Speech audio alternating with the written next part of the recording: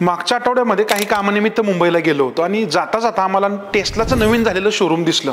माझा सहकारी होता, तो म्हटला सर काय प्लॅन आहे का गाडी घ्यायचा. तर मी म्हटलं अरे टेस्ला कमी पण ही टेक्सला जास्त आहे, ही का आपल्याला परवडणार नाही बाबा. तो म्हटलं कसं काय. तर एक साधी सिंपल कॉस्ट मी त्याला याच्यामध्ये सांगितली.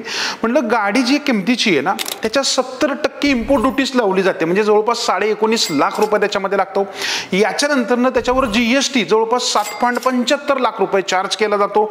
आता हे केल्यानंतरनं GST सेस आहे तो जवळपास 2.75 लाख रुपये ह्या गाडीवर लागतो आणि त्याच्यानंतरनं रोड टॅक्स आणि इन्शुरन्स असे जवळपास 3.5 लाख रुपये जातात.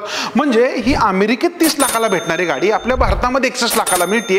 आणि घेऊन काय फायदा मला याच्यामध्ये, कारण ह्याच्यावर एवढा टॅक्सच लागलेला आहे. मग तो म्हटला अरे यार गव्हर्नमेंट खूपच टॅक्स लावतंय. पण मी त्याला म्हटलं ते बरोबरच करतायत, कारण जर विचार करा अमेरिकेतल्या गाड्या जर भारतामध्ये चांगल्या स्वस्तात मिळायला लागल्या तर लोक आपले ब्रँड सोडून त्याच गाड्या घ्यायला पळतील.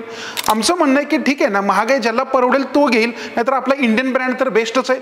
तुम्हाला काय वाटतं, टेस्ला खरंच टेस्ला आहे का टेक्सला आहे? खाली कमेंट करायला विसरू नका.